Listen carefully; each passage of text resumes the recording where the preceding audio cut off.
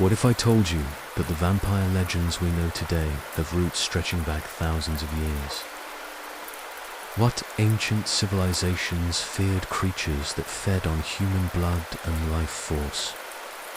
How did our ancestors protect themselves from these supernatural predators? And what would it have been like to live in constant fear of the undead walking among us? Tonight, we're taking a deep exploration into the shadowy world of ancient vampire mythology, exploring the daily terrors, protective rituals, and mysterious practices that shaped entire civilizations.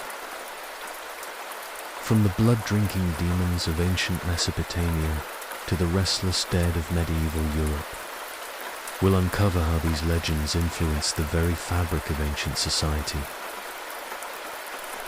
But first, let me ask, where are you checking in from tonight? What time is it there? Are you settling in for a peaceful evening? Or perhaps winding down from a long day? Wherever you are, I'm grateful you've chosen to spend this time with us, exploring the darker corners of history. If you're new here, welcome to our growing community of history enthusiasts. If you truly enjoy these detailed explorations into boring history for sleep, I'd love for you to hit that like button and subscribe. Your support means the world to us. And please, take a moment to comment below about what historical topic you'd like us to explore next. Or simply check in and let us know you're here. You are such an important part of our community, and I want to thank you for your continued support. Now, if you haven't already, this might be a good time to turn the lights down. Maybe put a fan on for some gentle background noise and get comfortable. We have a long journey ahead of us tonight, traveling through centuries of vampire lore and the societies that created these enduring legends. Why you wouldn't last a day in a village plagued by ancient vampires. Picture this. You wake up in a small farming village in ancient Mesopotamia. Around 2000 BCE, the sun hasn't yet risen, and already your stomach churns with a familiar dread. You've been having the dreams again, the ones where pale figures with elongated teeth hover over your sleeping form. But these aren't just nightmares. In your world, the boundary between the living and the dead is paper thin, and you know that somewhere in the darkness, your day begins, not with the luxury of a slow awakening. Before you even think about food or water, you must perform the morning ritual that might, if you're fortunate, keep you alive until sunset. Your trembling hands reach for the small clay amulet hanging around your neck, carved with the image of the demon-fighting god Pazuzu. The irony isn't lost on you that you must invoke one demon to protect yourself from another. But such is the reality of your existence. The amulet feels cold against your skin, despite having rested against your chest all night. You whisper the protective incantation your grandmother taught you, words in the old language that taste like copper and fear on your tongue. Lamashtu, daughter of Anu, return to the underworld. Your hunger has no place among the living. The words feel inadequate against the magnitude of what you're facing. As you rise from your straw mattress, every joint in your body protests.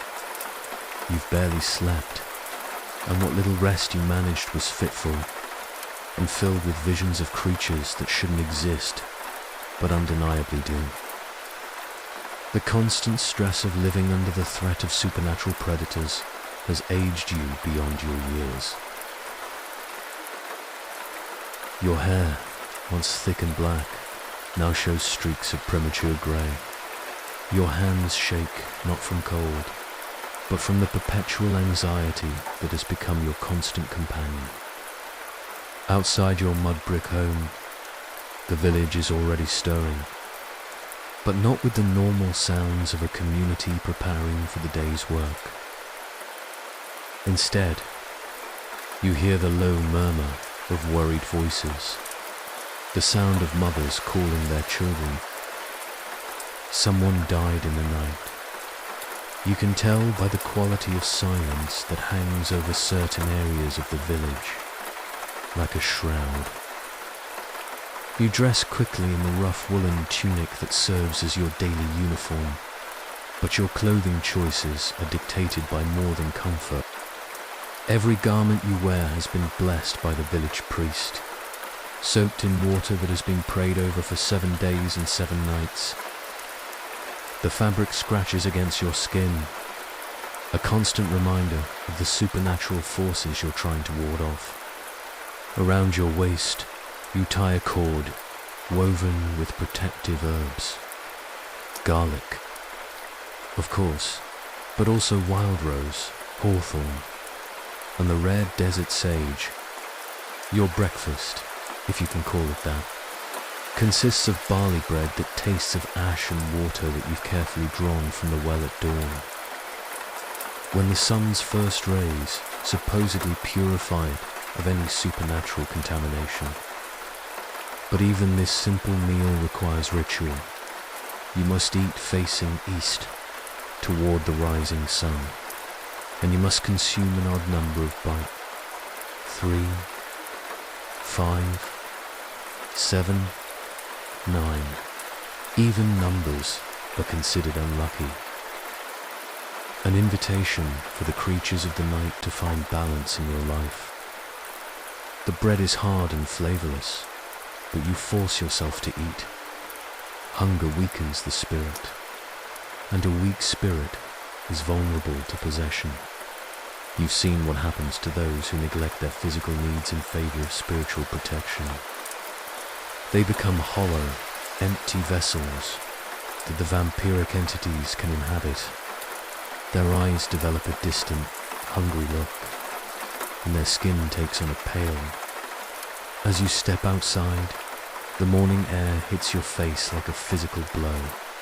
It's not the temperature that affects you, but the psychic weight of a community living in constant fear. You can feel the eyes of your neighbors upon you. Each person silently assessing whether you might be showing signs of vampiric influence. Paranoia is a survival mechanism here, and trust is a luxury that can get you killed. The village layout itself reflects the reality of your supernatural predicament. Houses are arranged in a specific pattern, with no straight lines that might serve as pathways for evil spirits. Every door is painted with protective symbols, and at the center of the village stands a shrine, the great enemy of all creatures that flee from life. The shrine is never left unattended, and the sacred fire that burns there is fed constantly with offerings of grain. Your work for the day should be simple. Tend to the small plot of land where you grow barley and vegetables. But nothing is simple when you're living under the constant threat of supernatural predation. Your farming tools have been blessed and inscribed with protective runes. Your seeds were planted only during the waxing moon, when the powers of life and growth are strongest. Even the furrows in your field follow a specific pattern designed to confuse and trap any evil spirits that might try to blight your crops. As you work, bending to pull weeds under the growing heat of the sun, you're acutely aware of the shadows cast by every tree, every building. Vampires in your culture aren't just creatures of the night. They're entities that can manipulate shadows and darkness, stretching their influence into the daylight hours through the very darkness they command. You've heard stories of farmers who bent down to tend their crops and found themselves face to face with pain. The physical labor is exhausting, but the mental strain is far worse. Every unusual sound, every unexpected movement in your peripheral vision, every slight change in the quality of the light around you triggers a flood of adrenaline that leaves you shaking and nauseous. Your heart pounds constantly, a rhythm that matches the protective chants you whisper under your breath. The repetitive nature of both the physical labor and the mental ritual creates a kind of trance state. It's the desperate focus of someone trying to maintain their sanity in an insane world. By midday, when the sun is at its highest and strongest, you allow yourself a brief moment of relief. This is the safest time of day, when the solar energy is so powerful that even the strongest vampiric entities must retreat to their hiding places. You sit in the shade of a date palm, but even this moment of rest is calculated. The tree has been chosen specifically because its fruit is sacred to the sun god, and its shade provides protection. You eat your midday meal of dried figs and goat cheese, but even this simple pleasure is tinged with fear. The figs must be counted, the cheese must be consumed in a specific order, and you must finish eating before the sun begins. Its descent toward the horizon, as the afternoon progresses, the quality of light begins to change, becoming less pure, more vulnerable to supernatural influence. The work continues, but with increasing urgency. You must complete all outdoor tasks before sunset, when the true danger begins. Your movements become faster. The weeds you pull are thrown into a pile that will be burned at sunset, their smoke serving as another layer of protection. The vegetables you harvest are quickly sorted, with any that show signs of unusual growth or coloration set aside for the priest to examine. Strange markings, unusual shapes, or vegetables that grew too quickly as the sun begins its descent toward the western horizon. What was once a community of farmers and craftspeople becomes a fortress under siege. Doors are barred, windows are shuttered, and the protective talismans that hung loosely during the day are now clutched tightly in sweating palms. The smell of burning herbs fills the air as each household lights their protective fires. Your evening meal is the most dangerous time of day. You must eat, but consuming food after sunset makes you vulnerable. Every bite must be blessed, every sip of water must be sanctified. The meal itself is simple. Barley soup with vegetables, bread, but the ritual surrounding it is complex and time-consuming. You must eat while facing the dying light in the west. The taste of the food is almost irrelevant. Your focus is entirely on the spiritual protection the meal might provide. The barley has been grown in soil, blessed by the priests. The vegetables have been harvested during the day and prepared with water drawn from the sacred well. The meat, if you have it, comes from animals that were sacrificed in the proper manner. As darkness falls, your house becomes a prison. The windows are not just closed but sealed with wax and protective symbols. The door is barred with not just wood, but with iron, a metal that vampiric entities supposedly cannot touch. Your family, if you have one, gathers in the center of the single room, the edges of the house where the exterior darkness meets the interior light. The night is filled with sounds that might be wind, scratching at the walls, whispers in languages that predate human speech, the soft sound of footsteps that circle your house but never seem to move away. You and your family take turns staying awake, one person always alert, while the others attempt to sleep. But sleep is elusive when you know that unconsciousness makes you vulnerable to spiritual attack. Your dreams, when they come, are filled with visions of beautiful, pale creatures. They promise relief from your fears, offer eternal life, free from the daily struggle of survival. But you know these are not dreams, they're invasions. The vampiric entities are testing your defenses, looking for weaknesses in your spiritual armor. You wake frequently, heart racing, cold sweat. The physical toll of this existence is enormous. Your body is constantly flooded with stress hormones. Your immune system is compromised by lack of sleep and proper nutrition, and your muscles are tense from the perpetual state of readiness for flight. But the psychological toll is even greater. You're living in a state of constant hypervigilance, where every shadow might hide a predator. This is your life in a world where vampires are not romantic figures or misunderstood. There are no easy solutions, no modern conveniences to fall back on, no authorities to call for help.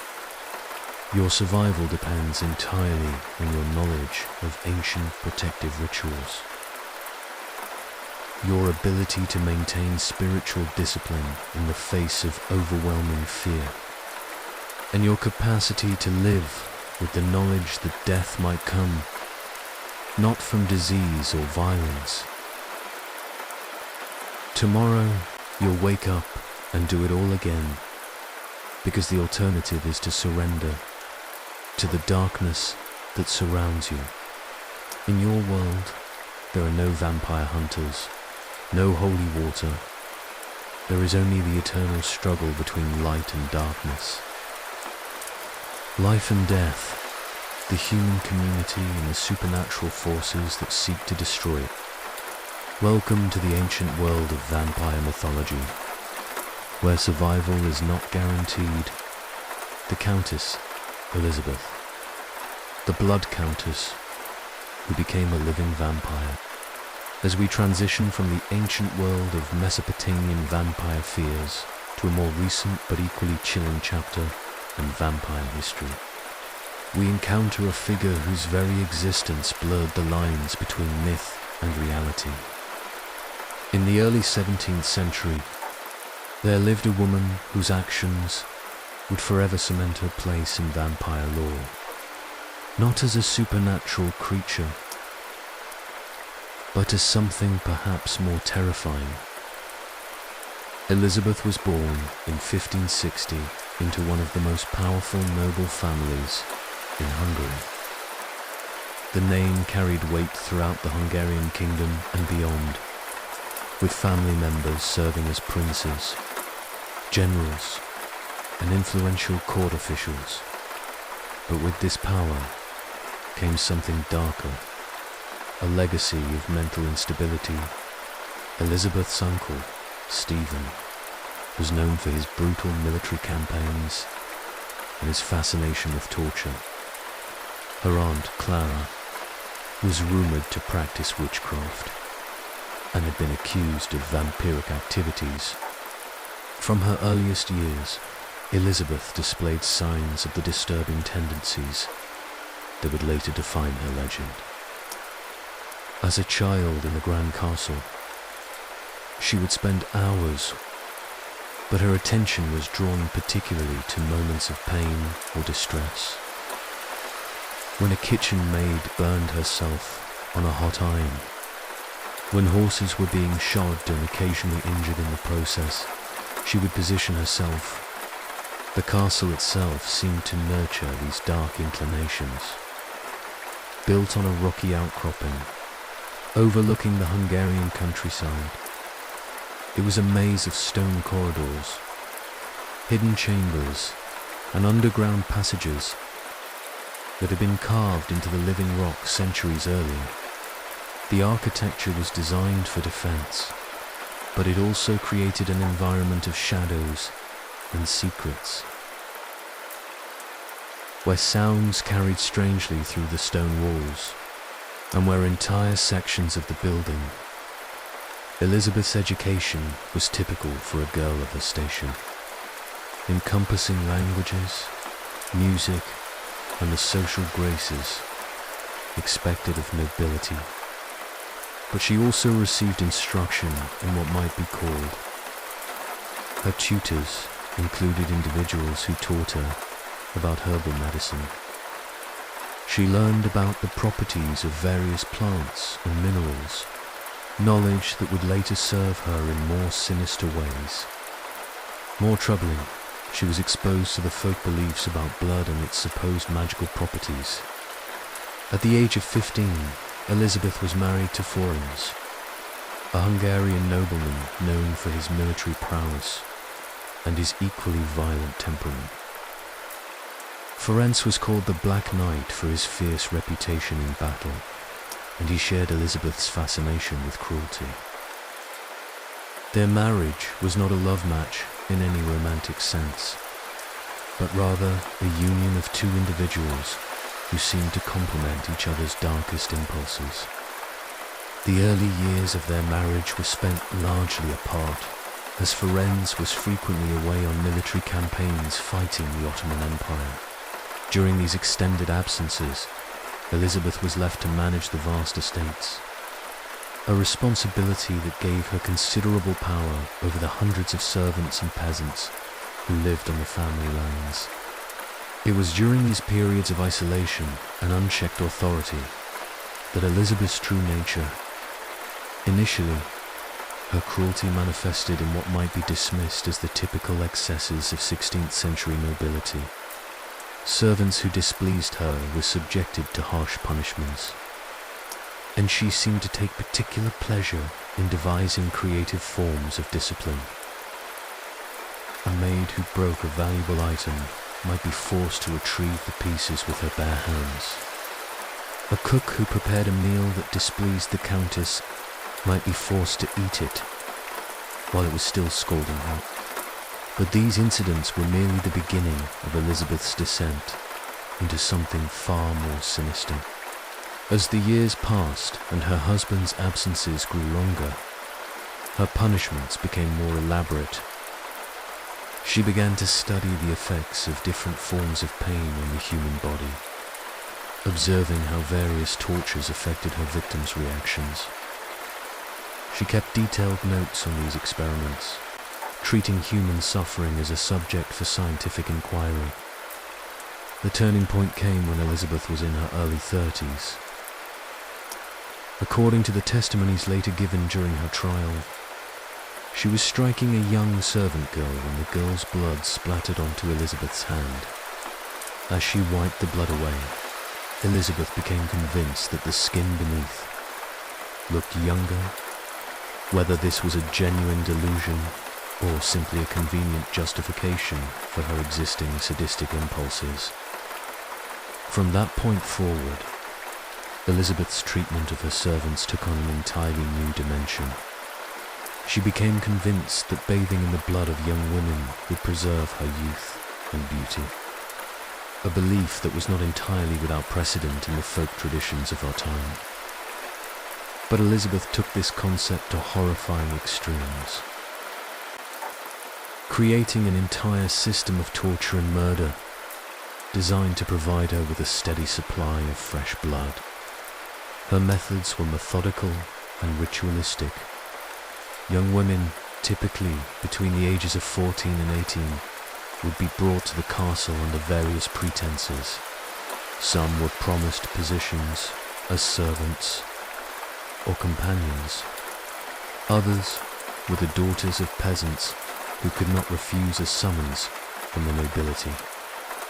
Once inside the castle, these girls would be taken to the chambers. Elizabeth had prepared in the lower levels of the building. The torture chambers Elizabeth created were marvels of sadistic engineering. She had iron cages constructed that were too small for their occupants to stand upright. forcing them into cramped positions that became increasingly painful over time. She had walls built with spikes that would gradually press inward. Most horrifying of all, she had a bathtub made of iron. The psychological torture was as calculated as the physical abuse. Elizabeth would often keep her victims alive for days or weeks, alternating between periods of extreme pain. She would have their wounds treated, provide them with food and water, even engage them in conversation. This pattern served to break down their mental resistance and also to ensure that they remained healthy, enough to provide the maximum amount of blood when she was finally ready to kill them. Elizabeth's belief in the rejuvenating properties of blood was not merely a delusion. She would not only bathe in the blood of her victims, but also drink it, believing that internal consumption would enhance the external effects. She developed elaborate rituals around these practices, incorporating elements of both Christian ceremony and pagan tradition. The blood had to be fresh. It had to come from young women who had been virgins, and it had to be collected during specific phases of the moon. These rituals became increasingly complex as Elizabeth's obsession deepened. She would begin each session by lighting candles, arranged in specific patterns around her torture chambers, creating a scene that resembled both a religious service and a satanic ritual. The candles were made from tallow mixed with herbs that were believed to have protective properties. Though whether Elizabeth sought protection from divine retribution or from the vengeful spirits of her victims remains unclear from the historical record. The timing of these blood rituals was crucial to Elizabeth's belief system. She consulted astrological charts and lunar calendars, planning her most elaborate ceremonies to coincide with new moons. When the darkness was deepest and the supposed magical properties of blood, during these peak times, she would often torture multiple victims simultaneously, believing that the combined suffering would enhance the potency of their blood. Elizabeth's physical transformation during these years was noted by many who encountered her. Visitors to the castle remarked on her unnaturally youthful appearance. Though whether this was the result of her blood rituals or simply effects of her wealthy lifestyle and access to the finest cosmetics and clothing of the era is impossible to determine. What is certain is that Elizabeth herself was convinced of the efficacy of her methods, and this conviction drove her to ever greater extremes. The Countess also began to experiment with different methods of blood extraction, seeking to maximize both the quantity and what she believed to be the quality of the blood she obtained. She developed techniques for keeping victims alive longer, while still extracting significant amounts of blood. Using her knowledge of anatomy and physiology to calculate precisely how much blood could be taken without causing immediate death. This medical knowledge, combined with her sadistic creativity, resulted in torture methods that were both scientifically informed. One of Elizabeth's most horrifying innovations was the creation of what she called her blood garden.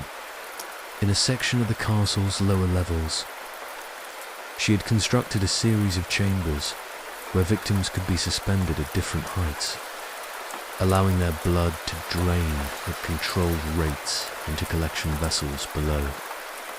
The arrangement resembled a grotesque parody of a wine cellar, with human bodies hanging where wine barrels might normally be stored. Elizabeth's obsession with blood extended beyond its supposed cosmetic properties.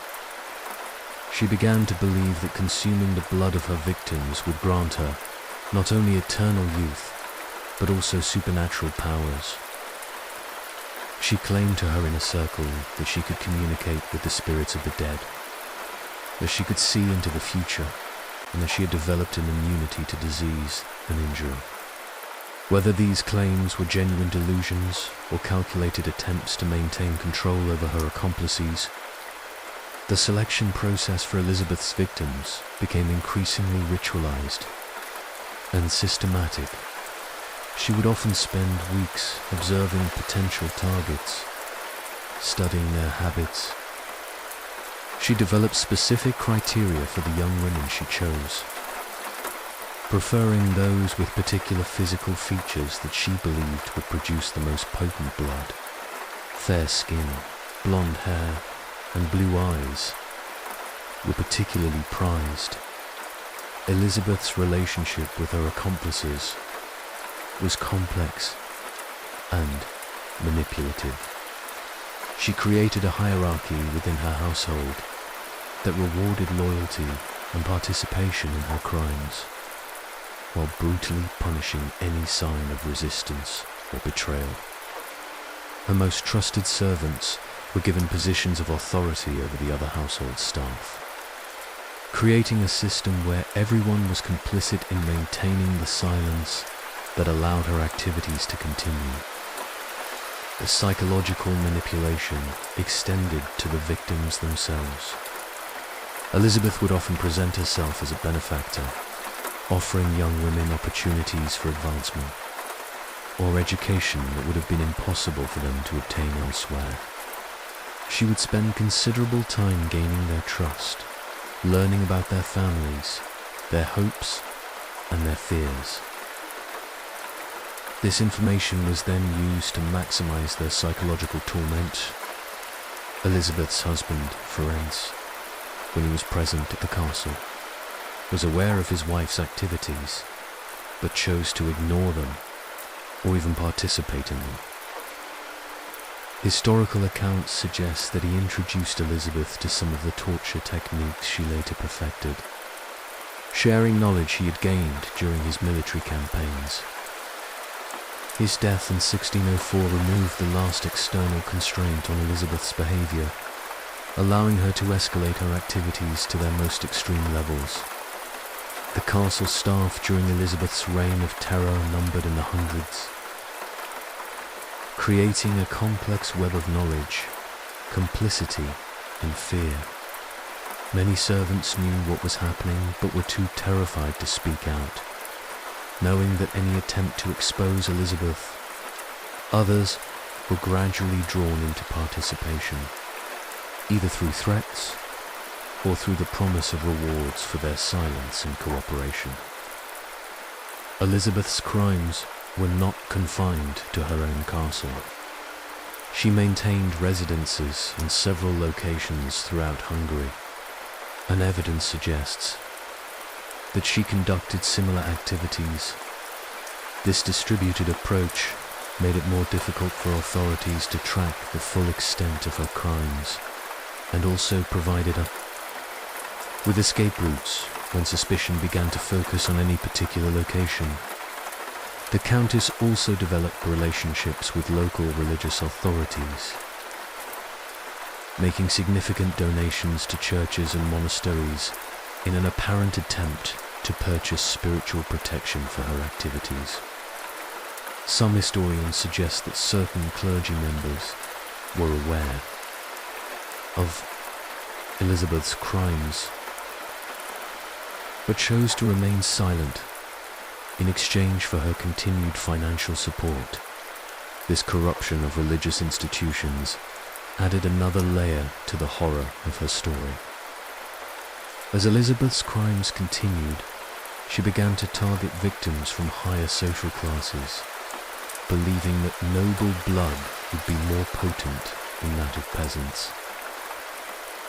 This escalation proved to be her downfall, as the disappearance of young women from noble families could not be ignored or covered up in the same way as the deaths of peasant girls. The parents of these missing women had the resources and connections to demand investigations and to bring pressure on the royal court. Her servants, initially horrified by what they witnessed, gradually became complicit, Some were coerced through threats and violence, while others were seduced by promises of wealth.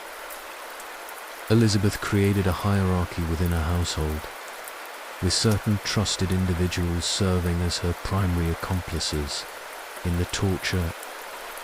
These accomplices would help her select victims, assist in the actual killings, and help dispose of the bodies.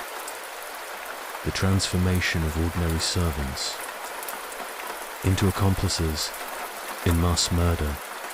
She would begin by involving staff members in seemingly minor infractions, such as failing to report a servant's mistake or looking the other way.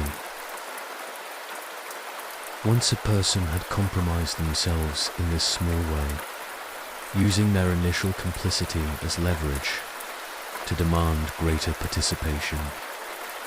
Helena Joe, one of Elizabeth's most trusted servants, began as a simple nursemaid. Her transformation from caregiver to killer illustrates the corrupting influence of Elizabeth's presence. Helena's testimony during the trial revealed that she had initially been horrified. Elizabeth's cruelty, but had been gradually drawn into participation through a combination of fear, bribes, and the gradual normalization of violence within the castle environment. Catelyn, another key accomplice, was described as Elizabeth's right hand in the selection and preparation of victims. She had originally been hired as a seamstress, but her skills in reading people and her ability to gain the trust of young women made her invaluable to Elizabeth's operations. Catelyn would often pose as a kindly older woman, offering opportunities for advancement. The most disturbing aspect of these accomplices was how they developed their own specializations within Elizabeth's system of torture and murder.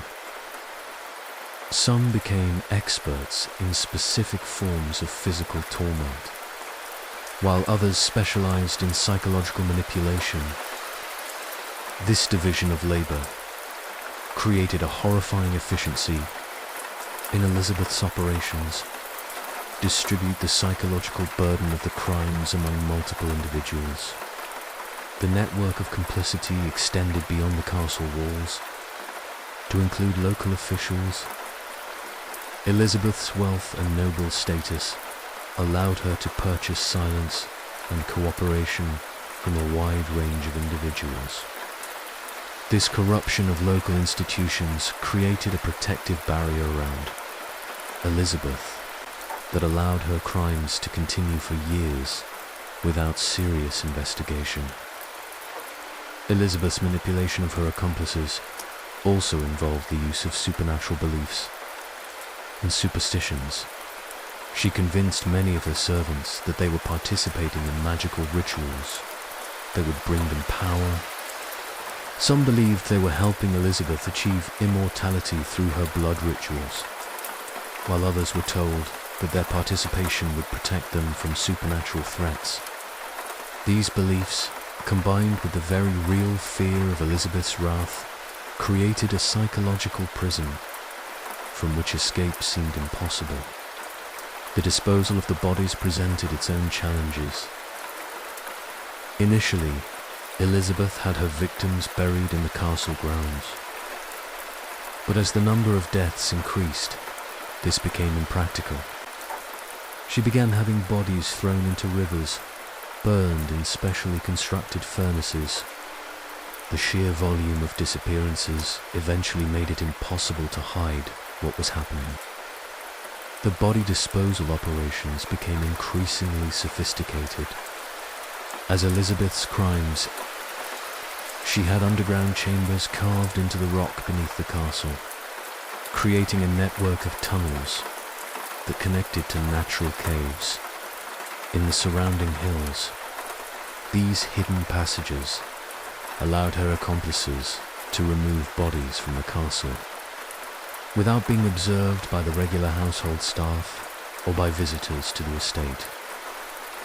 Elizabeth also developed relationships with local grave diggers and cemetery workers. bribing them to create space in existing graves for her victims.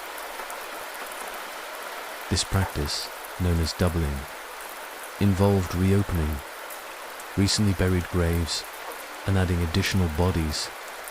The families of the legitimately deceased never knew that their loved ones shared their final resting place with murder victims. The Countess invested considerable resources in creating efficient methods for destroying evidence. She had special furnaces constructed in remote buildings on her estate, designed to burn at temperatures high enough to completely consume human remains. These furnaces were operated by trusted servants who were sworn to secrecy and who were themselves kept under constant surveillance to ensure their loyalty.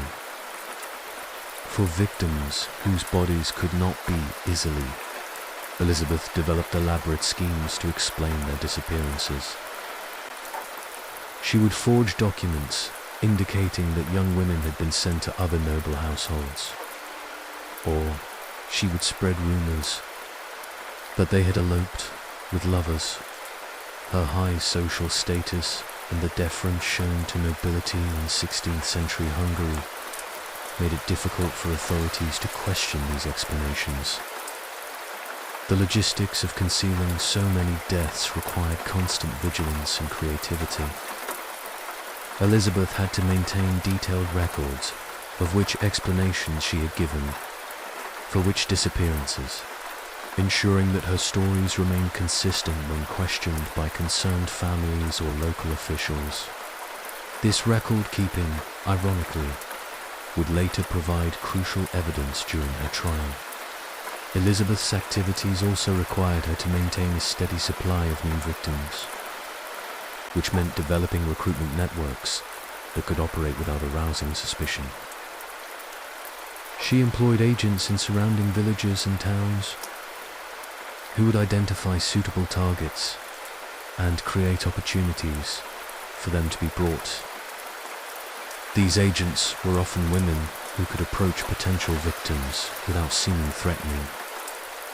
The geographical scope of Elizabeth's crimes extended far beyond her immediate vicinity.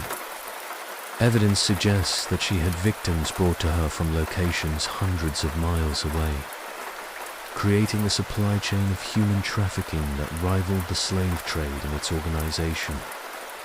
This widespread operation required significant financial resources and a network of accomplices, if not hundreds.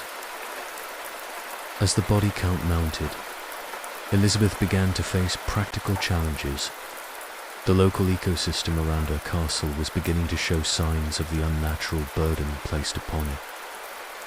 With an unusual number of carrion birds and scavengers attracted to the areas where bodies had been disposed of, local farmers began to report strange odors coming from certain areas of the countryside, and some claimed to have found human remains or work in their fields. The psychological toll on Elizabeth's accomplices became increasingly evident as the years passed. Many developed symptoms that would today be recognized as severe trauma, including nightmares, paranoia, and what appeared to be dissociative episodes. Some accomplices began to show signs of mental breakdown, exhibiting bizarre behaviors or becoming unable to function. Elizabeth's response to these psychological casualties among her staff was characteristically callous. Those who showed signs of instability were often eliminated to prevent them from potentially exposing her activities. This created a climate of terror within the castle, where servants lived in constant fear not only of Elizabeth's wrath, but also of the possibility psychological deterioration might mark them for death. The economic impact of Elizabeth's crimes was also significant. The constant need to recruit new servants, the resources required for body disposal, and the bribes necessary to maintain silence created a substantial drain on the family fortune. Elizabeth was forced to sell lands and properties to fund her activities, gradually weakening the very power base.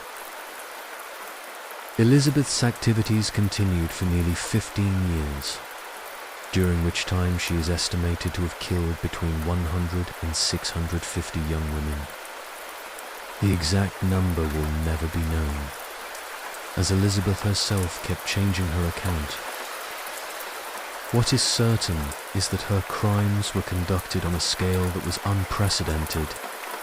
The end came in 1610, when King Matthias II of Hungary ordered an investigation into the rumors that had been circulating about Elizabeth's activities. The investigation was led by Georgi, the Palatine of Hungary, who had both the authority and the motivation to act against even the most powerful nobility. Men conducted raids on Elizabeth's properties, uncovering evidence of torture chambers. The trial that followed was one of the most sensational legal proceedings of the 17th century. Elizabeth's accomplices were tortured to obtain their confessions, and their testimonies painted a picture of systematic torture and murder that shocked even the violence-hardened society of the time. The details that emerged during the trial were so disturbing that many of the court records were sealed and remain classified to this day. Elizabeth herself was never formally tried, as her noble status protected her from the death penalty that was imposed on her accomplices. Instead, she was sentenced to life imprisonment in her own castle. The sentence was carried out in a particularly fitting manner. Elizabeth was walled up alive in a set of rooms in her castle, with only small openings for food and waste removal. She lived in this confined space for 4 years, until her death in 1614. The legend of Elizabeth has grown over the centuries, with many later writers, a supernatural creature who had achieved immortality through her blood rituals. But the truth is, perhaps more disturbing. Elizabeth, psychological instability and cultural beliefs about the magical properties of blood combined to create a monster more terrifying than any supernatural creature. Her story serves as a bridge between the ancient fears of vampiric entities and the more modern understanding of serial killers. In Elizabeth, we see how the vampire myth could manifest in reality, how the desire for eternal youth and beauty could drive a human being to commit acts of unimaginable cruelty. Her legacy influenced vampire literature for centuries, inspiring characters like Dracula and countless other fictional vampires who shared her aristocratic background. The Blood Countess remains one of history's most prolific female serial killers, a woman who transformed the vampire myth from a supernatural threat. Her story reminds us that sometimes the most terrifying monsters are not the creatures of legend, but the humans who choose to embrace the darkness within themselves. The vampire burials of Sozopol. Archaeological evidence. Deep beneath the ancient Bulgarian town of Sozopol, archaeologists have uncovered one of the most compelling pieces of evidence for the historical reality of vampire beliefs in medieval Europe. What they discovered challenges our understanding of how seriously our ancestors took the threat of the undead, and reveals a sophisticated system of burial practices designed to prevent the dead from returning.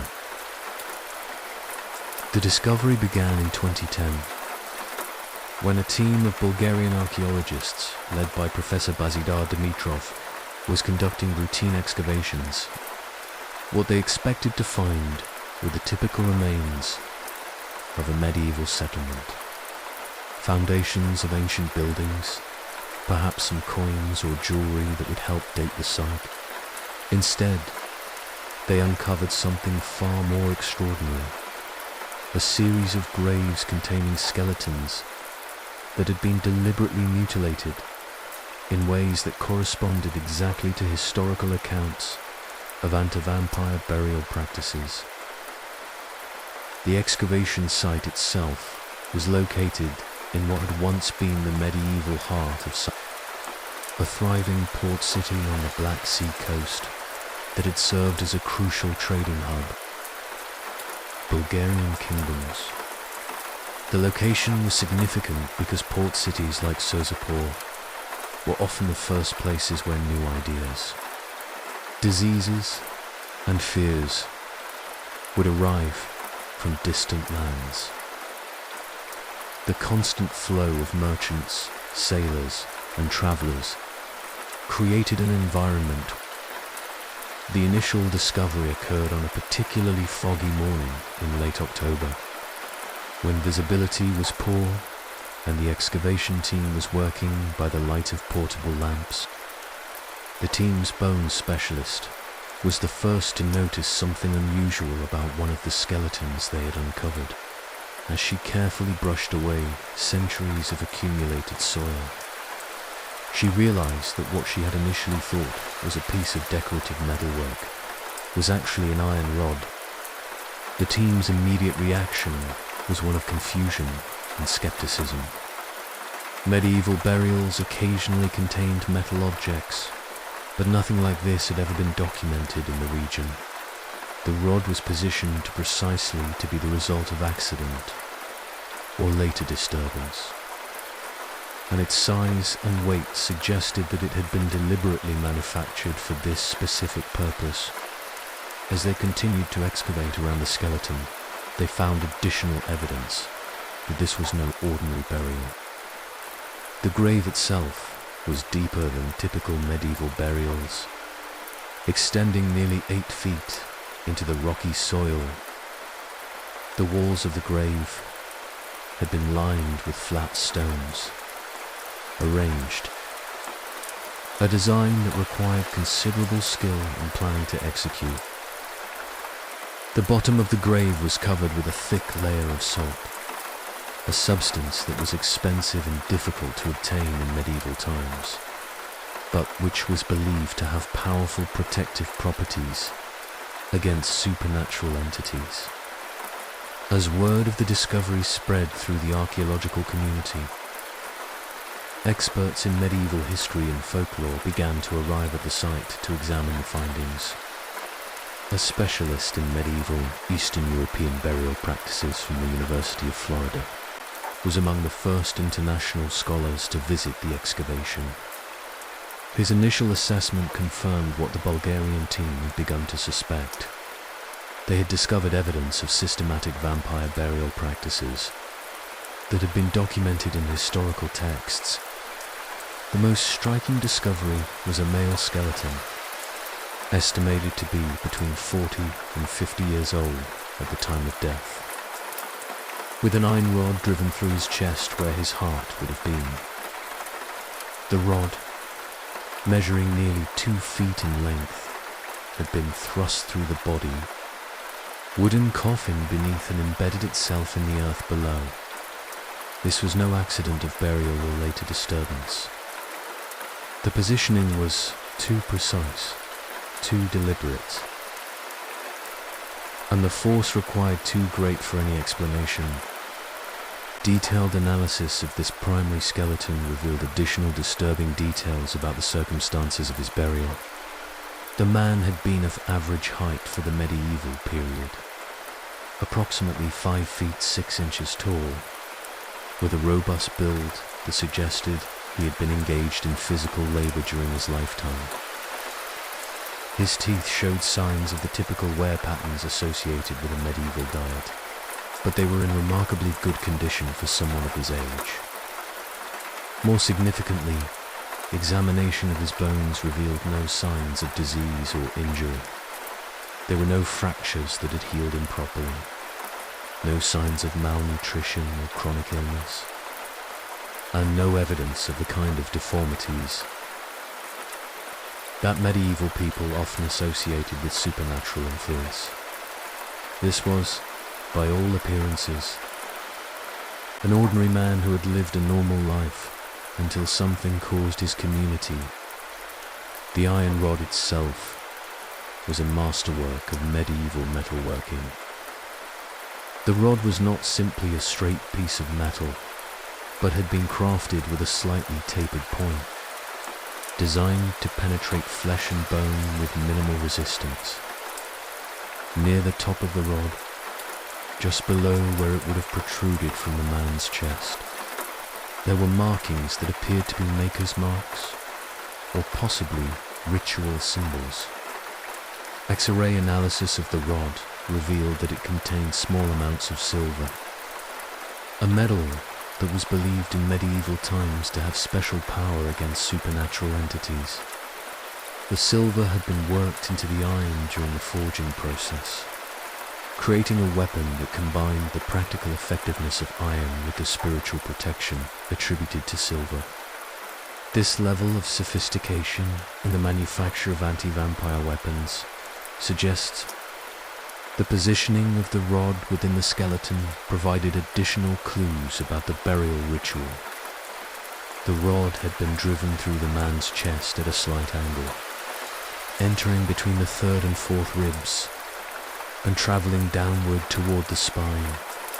This trajectory would have ensured that the rod passed directly through the heart, which was considered essential for permanently destroying a vampire's ability to return from the dead. The force required to drive the rod through the body and into the ground below would have required multiple individuals working together, suggesting that this was a community effort rather than the work of a single person. Examination of the wooden coffin fragments found beneath the skeleton revealed that the coffin had been specially constructed for this burial. The wood was oak, an expensive choice that indicated the deceased had been of some standing in the community. But the coffin had been modified with additional internal supports and metal fittings. These modifications appeared to be designed to hold the body in a specific position during the impalement process, ensuring that the iron rod would be driven through the correct anatomical location. The soil surrounding the primary skeleton contained traces of organic materials that had long since decomposed, could still be identified through chemical analysis.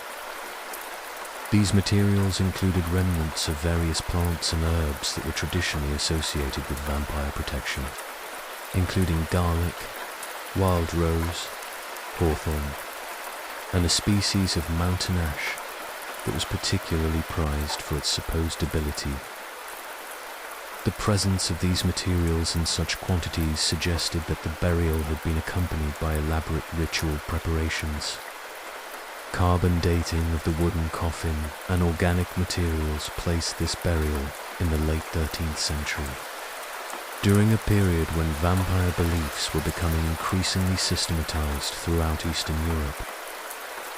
This timing corresponds with historical records of vampire outbreaks in the region, and the development of standardized procedures for dealing with suspected vampires.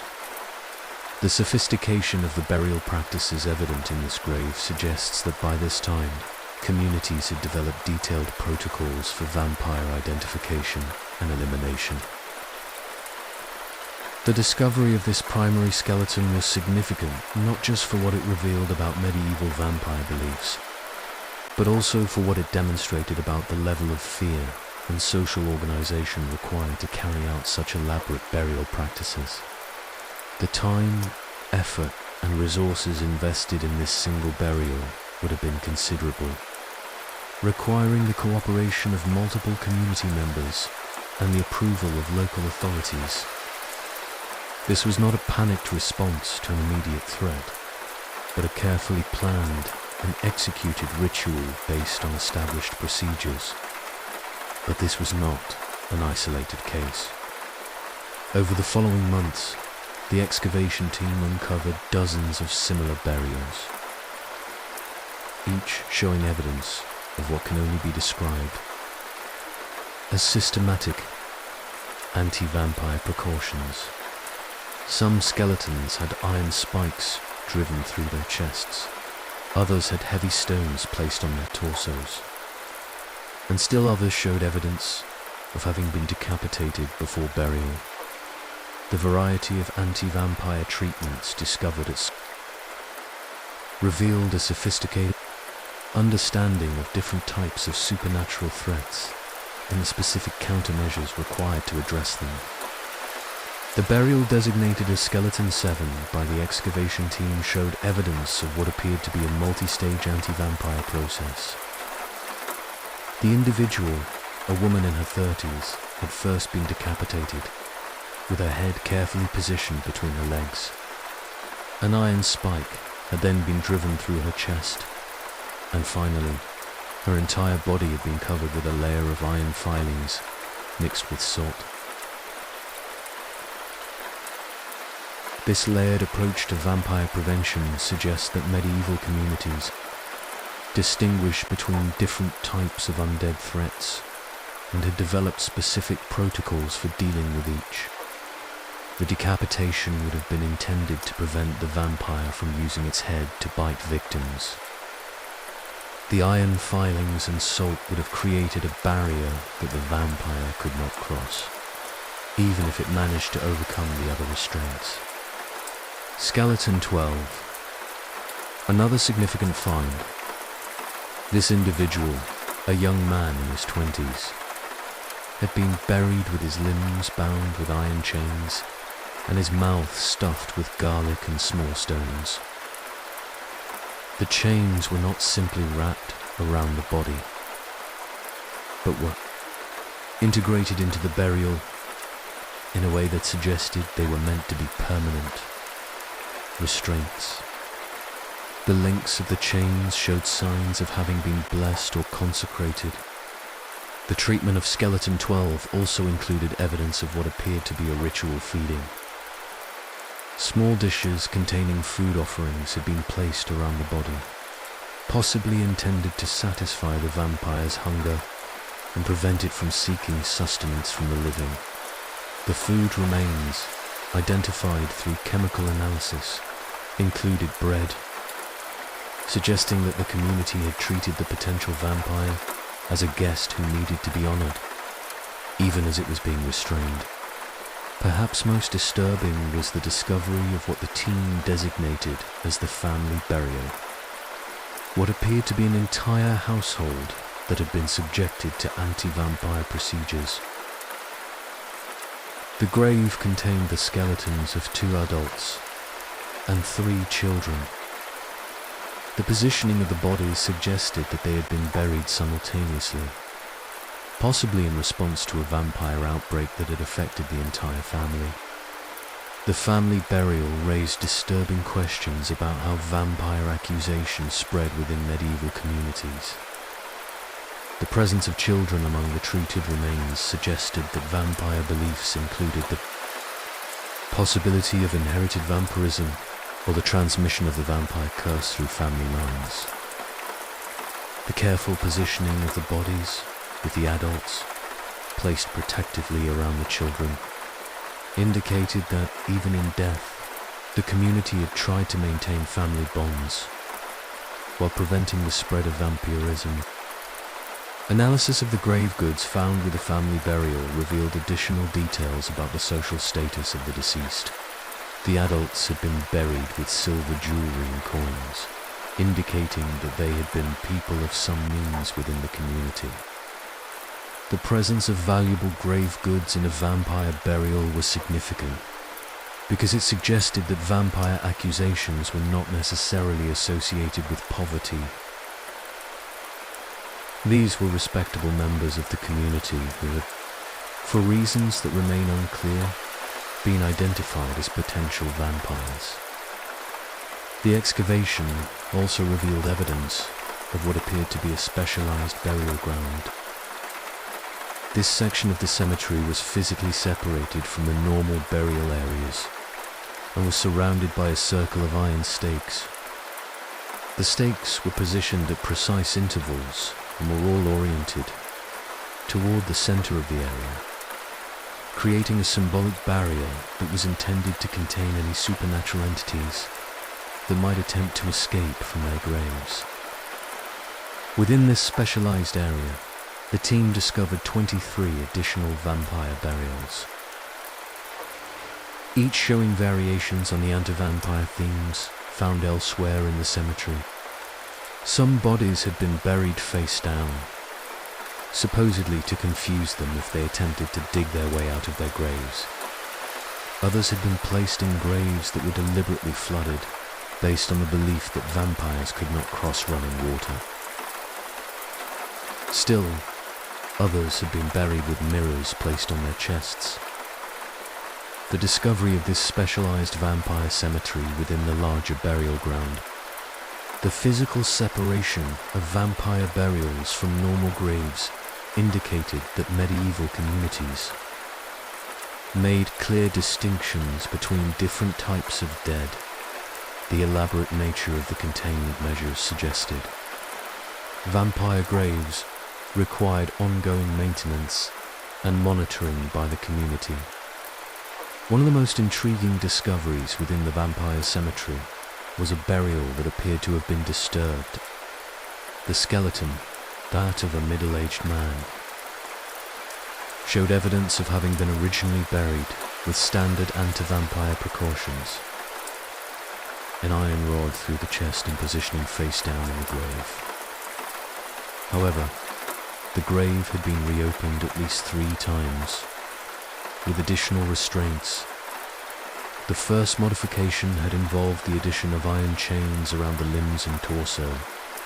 The second had included the placement of large stones on top of the body, effectively crushing it into the bottom of the grave.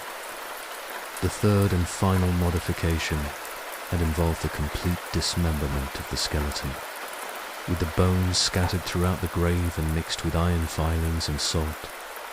This progressive escalation of anti-vampire measures suggested that the community had continued to fear this particular individual long after his death. The technical sophistication of the vampire burial procedures was evident in the tools and equipment. The excavation team discovered a cache of specialized implements that appeared to have been designed specifically for vampire-related activities.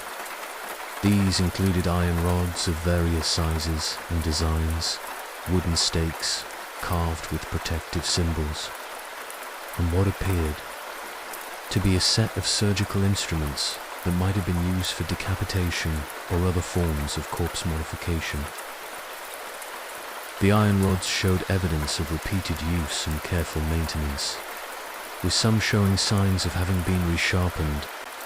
The wooden stakes were carved from specific types of wood that were believed to have protective properties, including ash oak and a species of mountain pine that was particularly prized for its supposed ability to repel supernatural entities.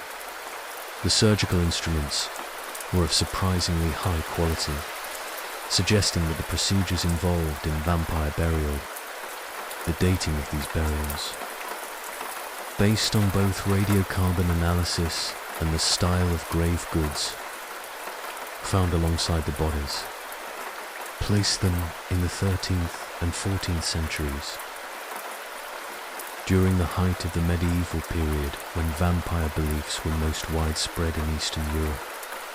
This timing is significant because it coincides with historical records of vampire outbreaks and the development of standardized procedures for dealing with suspected vampires. The condition of the bones themselves tells the story of communities.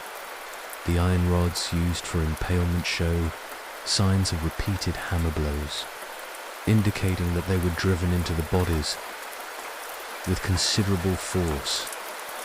The rods were not randomly placed, but were positioned with anatomical precision, aimed directly at the heart, in accordance with folk beliefs about how to permanently destroy a vampire's ability. What makes these discoveries particularly fascinating is the evidence they provide for the sophistication of medieval anti-vampire practices. These were not crude or panicked responses to unexplained deaths, but carefully planned. The people who performed these burials understood exactly what they were doing, following procedures that had been refined over generations of dealing with suspected vampires. The iron used for the impalement rods was not ordinary metal, but appears to have been specially prepared for this purpose. Analysis of the metal composition reveals that it contains higher than normal levels of certain minerals, properties against supernatural entities. The rods were also forged in specific shapes, with some featuring crosses or other religious symbols, combining Christian imagery with older pagan protective practices. The positioning of the bodies within the graves also follows specific patterns that correspond to documented anti-vampire procedures. Bodies were oriented east to west, with the head pointing toward the rising sun, based on the belief that vampires were creatures of darkness who could be weakened. The graves themselves were dug deeper than normal burials, and many were lined with stones arranged in patterns that may have had ritual significance. Perhaps most intriguingly, several of the graves contained what appear to be offerings or protective items. These included small iron objects, possibly amulets or talismans, as well as plant remains that have been identified as garlic, wild rose, and other herbs traditionally associated with vampire protection. The presence of these items suggests that the communities performing these burials were not just trying to prevent the dead from rising, but were also attempting to provide them with spiritual protection in the afterlife. The discovery of these vampire burials has opened up entirely new avenues of research into medieval beliefs. Prior to this find, most of what we knew about vampire practices came from literary sources, and the accounts of educated observers who often viewed these beliefs with skepticism or disdain. The archaeological evidence from Sozopol, however, provides concrete proof that entire communities were willing to invest significant time, effort, and resources in elaborate anti-vampire rituals. The social implications of these discoveries are profound. The decision to treat a dead person as a potential vampire was not taken lightly. In medieval society, such burials required the approval of local authorities, suggesting that vampire beliefs were not just popular superstitions, but were integrated into the official decision-making processes of medieval communities. The cost of these elaborate burial procedures, in terms of both materials and labor, analysis of the skeletal remains has also revealed important information about who was likely to be treated as a vampire.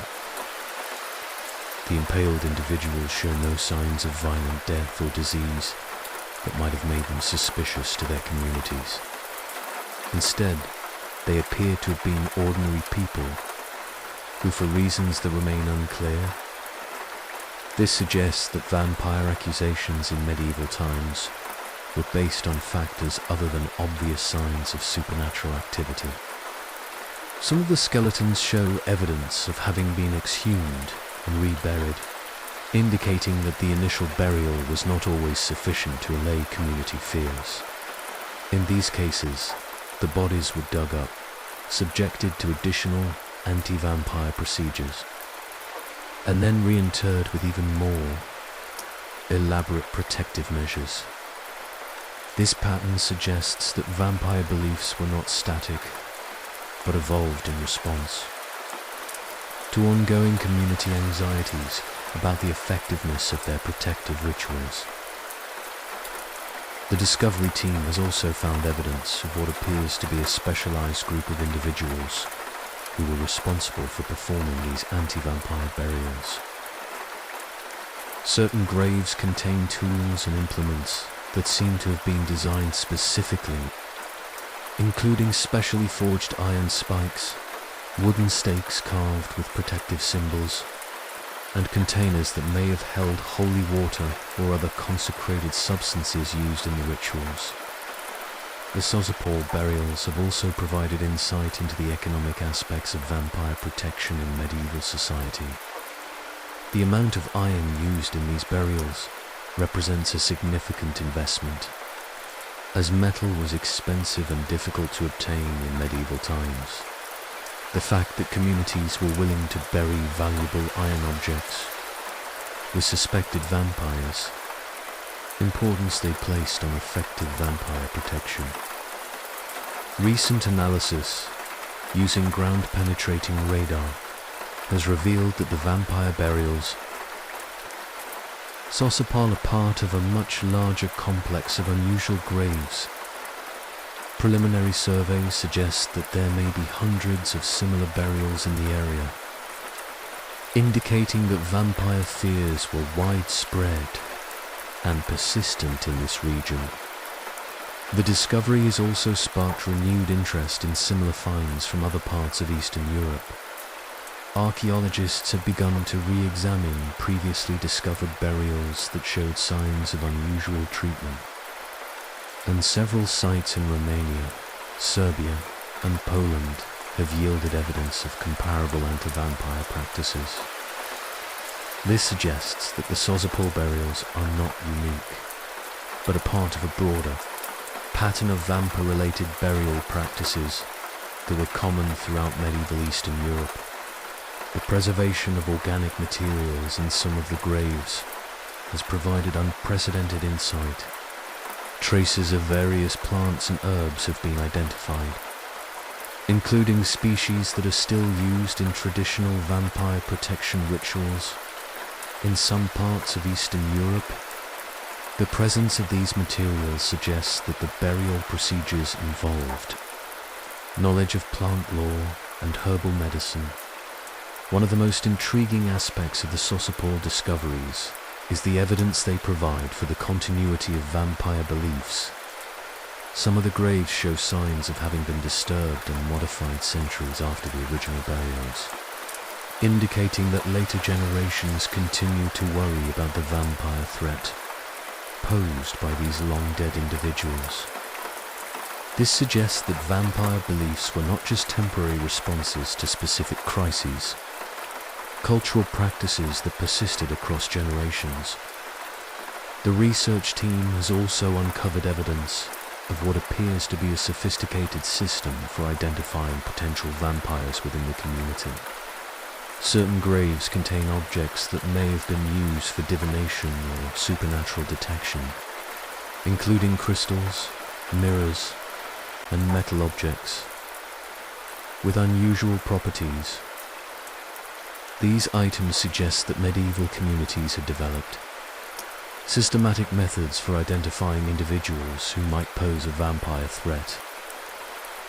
The discovery of the Sozopol vampire burials has fundamentally changed our understanding of medieval vampire beliefs, transforming them from folklore curiosities into documented historical practices, economic and religious implications.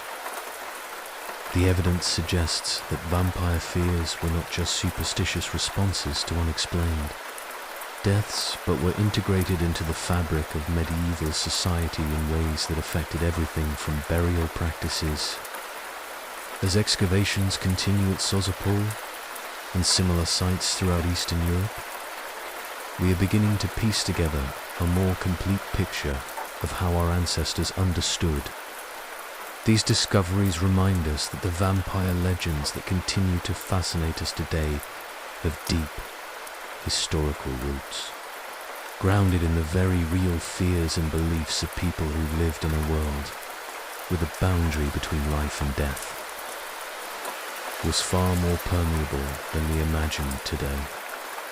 The vampire burials of Sozopol stand as silent testimony to the power of supernatural beliefs to shape human behavior, revealing a medieval world where communities were willing to go to extraordinary lengths to protect themselves from threats that existed at the intersection of death, disease, and the dark recesses of the human imagination.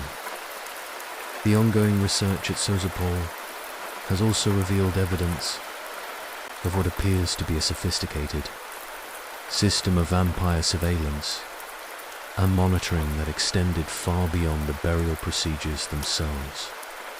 Analysis of the settlement patterns around the cemetery has shown that certain buildings were positioned to provide direct sightlines to the vampire burial areas, suggesting that the community maintained constant watch over these potentially dangerous graves. Archaeological evidence from these observation posts includes the remains of what appear to be permanent guard stations, complete with sleeping quarters and storage areas for weapons and protective equipment. These structures were built with defensive features that included narrow windows positioned to provide clear views of the vampire cemetery, while offering protection to the occupants. The discovery of these installations indicates that vampire protection was not just a matter of proper burial procedures. The economic impact of these elaborate vampire protection measures on the medieval community of Sozopol would have been enormous. Conservative estimates suggest that the iron alone used in the vampire burials discovered so far, worth of a skilled craftsman's wages. The specialized tools, the construction of monitoring posts, and the time required for the elaborate burial procedures would have required a significant portion of the community's resources and labor. This economic investment in vampire protection reveals the depth of fear that these beliefs.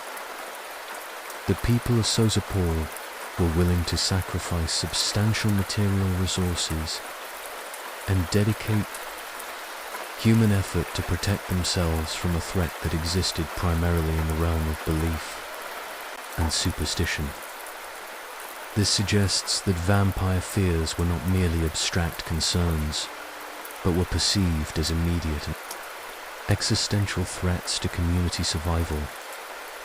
Recent chemical analysis of soil samples from the vampire graves has revealed additional details. The soil contains elevated levels of mercury, sulfur, and other substances that were believed in medieval times to have protective properties against supernatural entities. These chemicals would have been expensive and difficult to obtain, suggesting that the communities had access to specialized knowledge about vampire protection that went beyond simple folk remedies.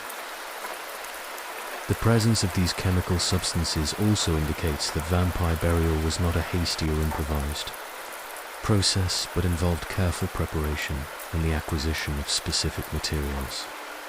The communities would have needed to plan these burials in advance, gathering the necessary chemicals and preparing the specialized tools and equipment. This level of preparation suggests that vampire accusations were not sudden or spontaneous, but were the result of careful consideration.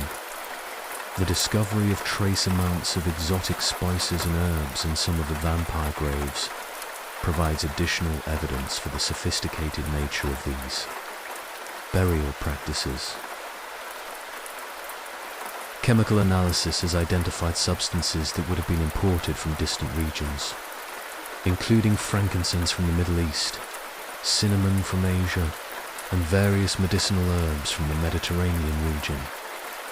The presence of these expensive and rare materials in vampire burials indicates that communities were willing to invest in the highest quality protective substances available.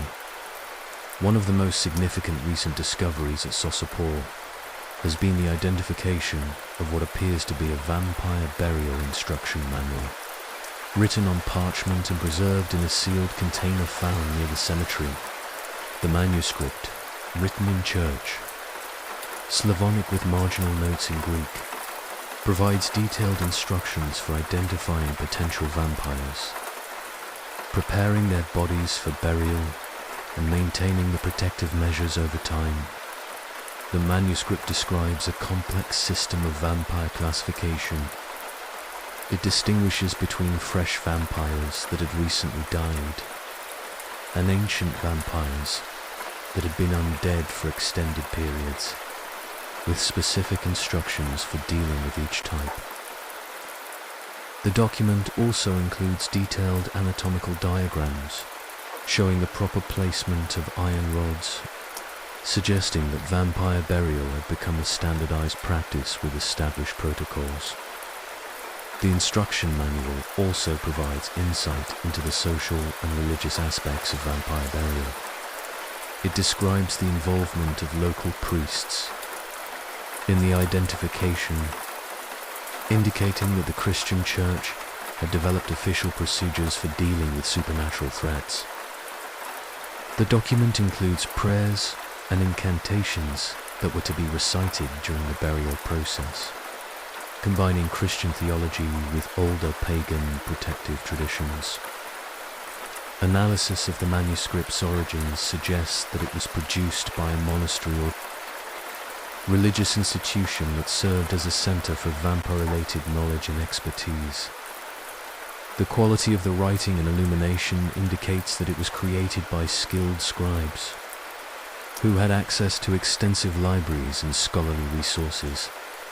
This suggests that vampire beliefs in medieval times were not just popular superstitions, but were supported by institutional knowledge and academic study. The preservation of this manuscript provides unprecedented insight into the intellectual framework that supported vampire beliefs in medieval Europe. The document demonstrates that educated individuals took vampire threats seriously enough to develop systematic approaches to dealing with them. It also reveals the extent to which vampire beliefs had become integrated into the official religious and administrative structures of medieval society. The ongoing excavations at Sozopol continue to yield new discoveries. Recent seasons have uncovered additional specialized burial areas, including what appears to be a section of the cemetery dedicated to individuals who died under suspicious circumstances. These precautionary burials received some anti-vampire treatments, but were not subjected to the full range of protective measures applied to confirmed vampire cases.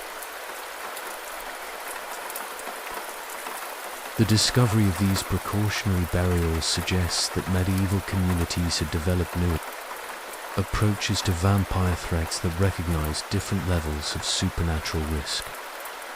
Some individuals were treated with full anti-vampire procedures. This graduated response indicates that vampire accusations were not made lightly, but were based on careful evaluation of the circumstances surrounding each death. The Sozopol excavations have also revealed evidence of what appears to be a network of communication between different communities dealing with vampire threats. Certain grave markers and burial practices at the site show influences from other regions of Eastern Europe, suggesting that information about effective vampire protection methods was shared between communities. This communication network would have allowed communities to learn from each other's experiences and to develop more effective protective strategies. The international significance of the Sozopol discoveries has attracted scholars from around the world, leading to collaborative research projects that are expanding our understanding of vampire beliefs across different cultures and time periods. Comparative studies with similar sites in Romania, Poland, and other Eastern European countries are revealing common patterns in vampire burial practices. Regional variations and local adaptations. These comparative studies are beginning to reveal the extent to which vampire beliefs were a pan-European phenomenon during the medieval period. The similarities in burial practices across different regions, local phenomena that were part of a broader cultural understanding of death. Supernatural that transcended national and ethnic boundaries. The Sosopol vampire burials represent one of the most significant archaeological discoveries in recent decades, providing concrete evidence for beliefs and practices that were previously known. The site continues to yield new information about medieval society, revealing a world where supernatural fears played a central role in shaping community behavior and social organization. As research continues at Sosopol and similar sites throughout Eastern Europe, we are gaining a more complete picture of how our ancestors understood and responded to the mysteries of death and the supernatural. These discoveries remind us that the vampire legends that continue to fascinate us today have deep historical roots, grounded in the very real fears and beliefs of people who lived in a world where the boundary between life and death, the vampire courts of ancient Rome, elite society's secret obsession with blood and immortality. As we conclude our journey through the shadowy world of ancient vampire mythology, we turn to perhaps the most unexpected chapter in this dark history, the sophisticated vampire cults that flourished among the Roman elite during the height of the empire. Far from the desperate survival tactics of medieval peasants or the isolated crimes of troubled nobles, these were organized societies of the wealthy and powerful who embraced vampiric practices. The story begins in the opulent villas of the Palatine Hill, where Rome's most powerful families maintained their lavish residencies. It was here, in the marble corridors and perfumed gardens of the elite, that whispered conversations about eternal life and the consumption of human essence took on a decidedly different character than the fearful folklore of common people. For the Roman aristocracy, vampire-like practices were not threats to be avoided.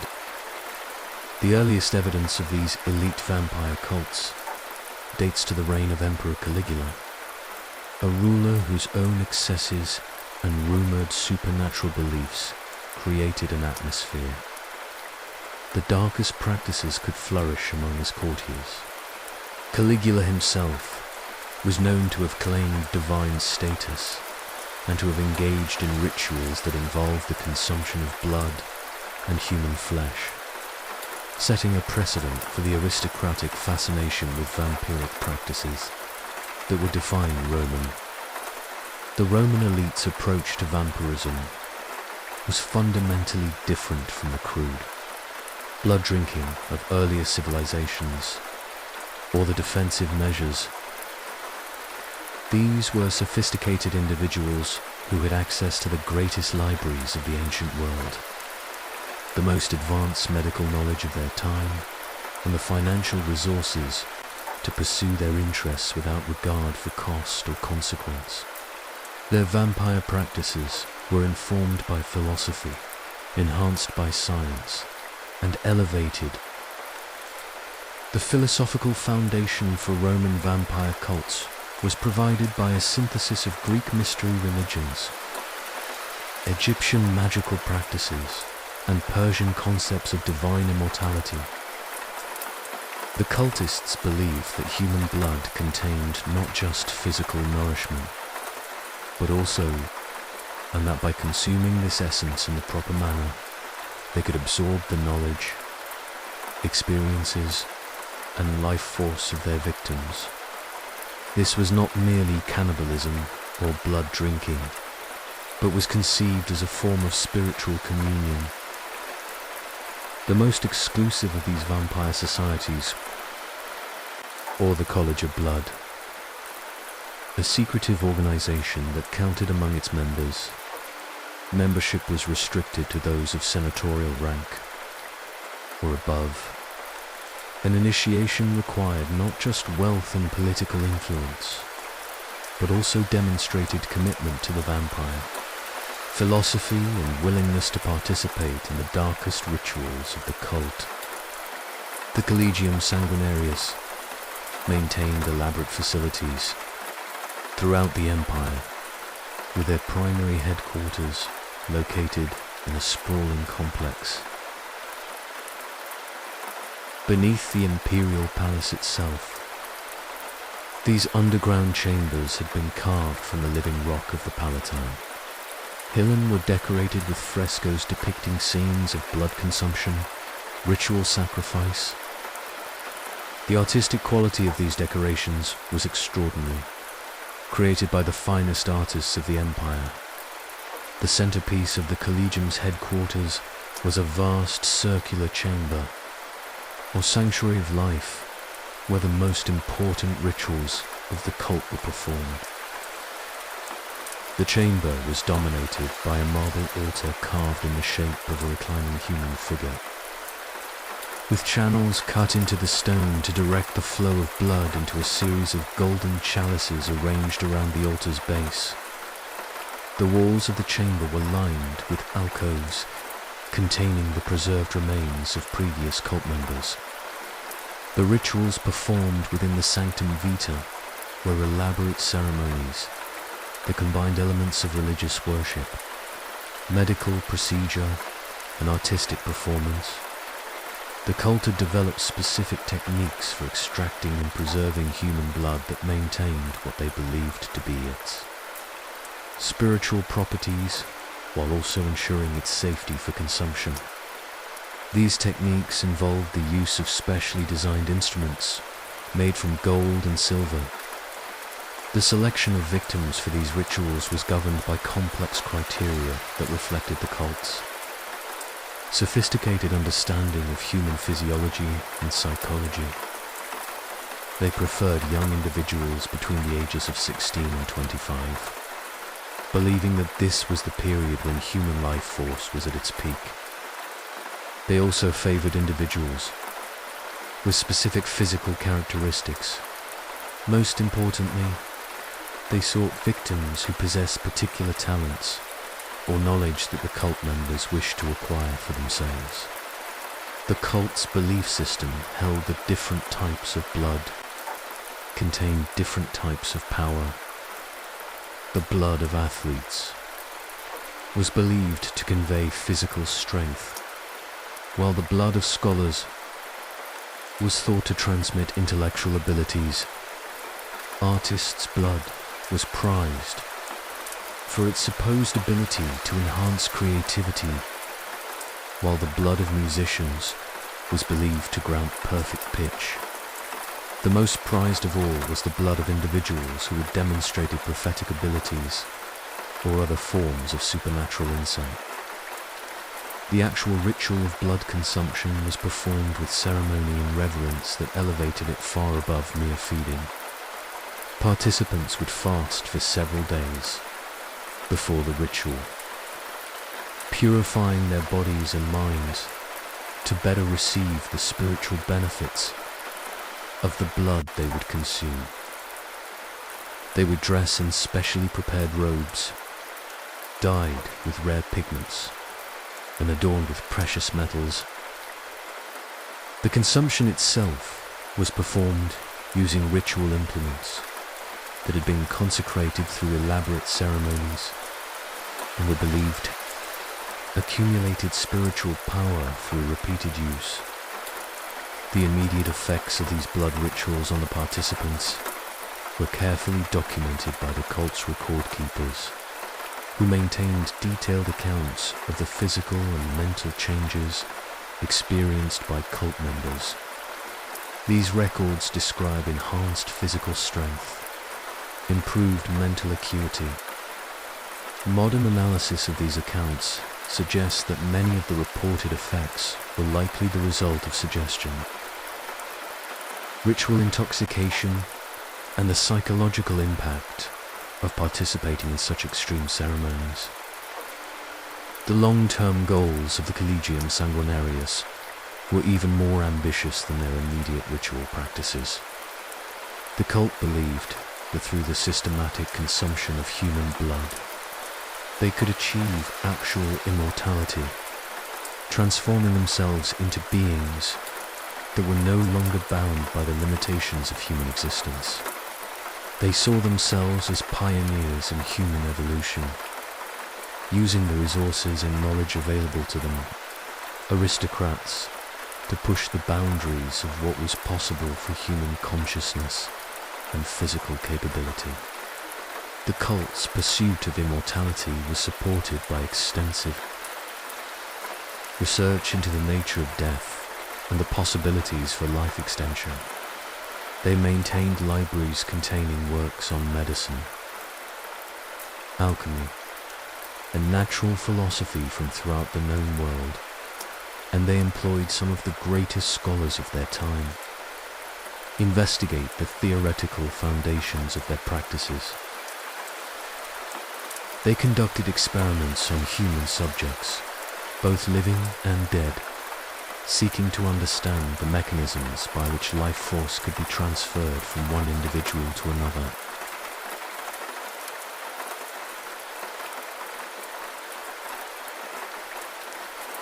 The social structure of the Collegium Sanguinarius. The hierarchical nature of Roman society, while also creating new forms of elite distinction based on vampiric achievement. At the top of the organization were the members who claimed to have achieved some form of supernatural longevity through their vampiric practices. Below them were the sanguinari, full members who had demonstrated mastery of the cults. The lowest rank consisted of the initiates, new members who were still learning the basic practices of the cult and proving their commitment to its goals. The influence of the Collegium Sanguinarius extended far beyond its immediate membership, affecting Roman politics, culture, and society in ways that would have profound consequences for the empire. Many of the most important decisions made by Roman emperors and senators. The cult's emphasis on the consumption of human life force also contributed to the increasing brutality of Roman entertainment and the expansion of gladiatorial games and public executions. The cult's practices also had a significant impact on Roman art and literature, inspiring works that explored themes of immortality, transformation. Many of the greatest poets and artists of the imperial period were either members of the cult or were influenced by its philosophy, creating works that celebrated the vampire ideal while disguising its true nature through allegory and symbolism. The architectural legacy of the Collegium Sanguinarius can still be seen in the ruins of Rome. Buildings throughout the former empire. The cult's influence on Roman architecture resulted in the construction of underground chambers, hidden passages, and specialized facilities that were designed to support vampiric practices.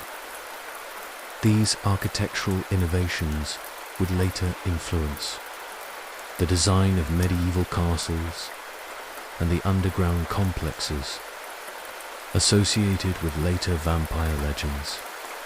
The cult's approach to human sacrifice and blood consumption was remarkably sophisticated, involving techniques that maximized both the psychological impact of the rituals and the supposed spiritual benefits derived from them. They developed methods for preserving human blood that maintained its freshness for extended periods, allowing them to store and age different types of blood. They also created elaborate serving rituals that enhanced the sensory experience of blood consumption, using specially designed chalices, aromatic preparations, and musical accompaniments that elevated the practice to the level of high art. The training provided to cult members was comprehensive and demanding, requiring years of study and practice to master the full range of vampiric techniques. New initiates were required to demonstrate proficiency in anatomy, physiology, and the occult sciences before they were permitted to participate in the most advanced rituals. They were also required to develop physical and mental disciplines that would prepare them for the transformations they hoped to achieve. The cult's emphasis on secrecy was absolute, with elaborate systems of codes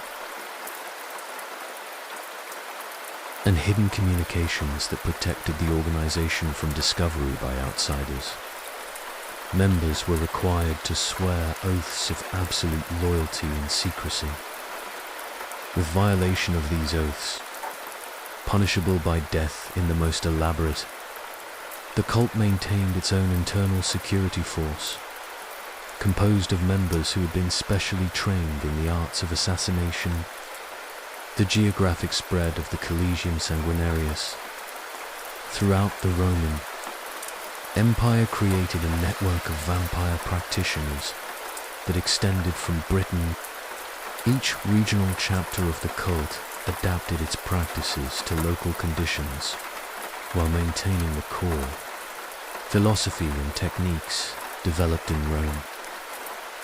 This network facilitated the exchange of knowledge and resources among cult members, and also provided safe havens for members who needed to escape from one region to another. The cult's relationship with the official Roman religion was complex and often contentious. While some members attempted to reconcile their vampiric practices with traditional Roman religious beliefs, others saw vampirism as a replacement for conventional religion that offered more concrete benefits. The cult's growing influence within the Roman elite created tensions with the traditional priesthood, leading to conflicts that would eventually contribute to the cult's downfall. The decline of the Collegium Sanguinarius began during the reign of Emperor Constantine, whose conversion to Christianity created an environment increasingly hostile to pagan practices. The Christian Church's emphasis on the sanctity of human life and the condemnation of blood rituals, forcing its members underground and limiting their ability to recruit new members from the Roman elite. The final blow to the Collegium Sanguinarius came with the sack of Rome by barbarian armies in the 5th century CE, the destruction of the cult's headquarters. Membership marked the end of organized vampire practices among the Roman elite. However, the knowledge and techniques developed by the cult, surviving in hidden manuscripts and secret traditions that would later contribute to the vampire legends of medieval Europe. The legacy of Roman elite vampire culture can be traced through the centuries in the aristocratic vampire traditions of later European societies. The sophisticated rituals, the emphasis on blood, and the pursuit of immortality through supernatural means all echo the practices of the Collegium. Even the romantic and aristocratic image of the vampire in modern literature owes much to the refined and cultured approach to vampirism. The story of the Roman vampire cults serves as a reminder that the vampire myth has always been closely associated with power, privilege, and the desire to transcend human limitations. While common people feared vampires as threats to their survival, the elite embraced vampirism as the ultimate expression of their superiority. This dual nature of vampire mythology, as both threat and aspiration, continues to influence our understanding of these legends today. As we reach the end of our journey through the mysterious world of ancient vampires, we can see how these legends evolved from the desperate fears of ancient farmers to the sophisticated practices, from crude superstitions about blood-drinking demons to elaborate philosophical systems. The vampire myth has always served as a mirror for human fears and desires, reflecting our deepest anxieties about mortality, while also expressing our most ambitious dreams of transcendence. These stories remind us that throughout history, humans have struggled with the mysteries of life and death, seeking ways to understand and overcome the limitations of mortal existence. Whether through fearful, protective rituals or ambitious attempts at transformation, thank you for joining me on this exploration of the mysterious lives of ancient vampires. I hope you've found these stories as fascinating as I have, and that they've given you new insights into how our ancestors understood the dark corners of human experience. As always, your engagement and support mean everything to this channel. Please let me know in the comments what historical mysteries you'd like us to explore next. And remember that your participation makes our community stronger and more vibrant. Until next time, sleep well and sweet dreams. The vampires of history may have been fearsome creatures, but they're safely contained within the pages of history. No longer threats to the living, but fascinating glimpses into the minds and fears of those who came before us.